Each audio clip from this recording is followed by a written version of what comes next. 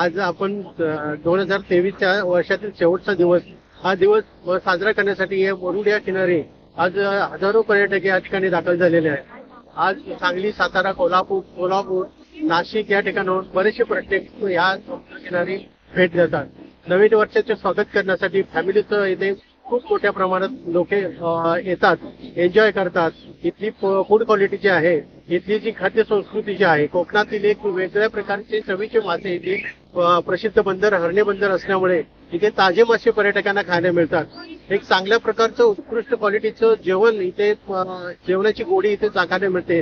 त्यामुळे दरवर्षी या ठिकाणी हजारो पर्यटक या ठिकाणी भेट देताना आपण पाहतोय। टाइम डिजिटल साठी यशवंत कांबळे, दापोली, मुरुड।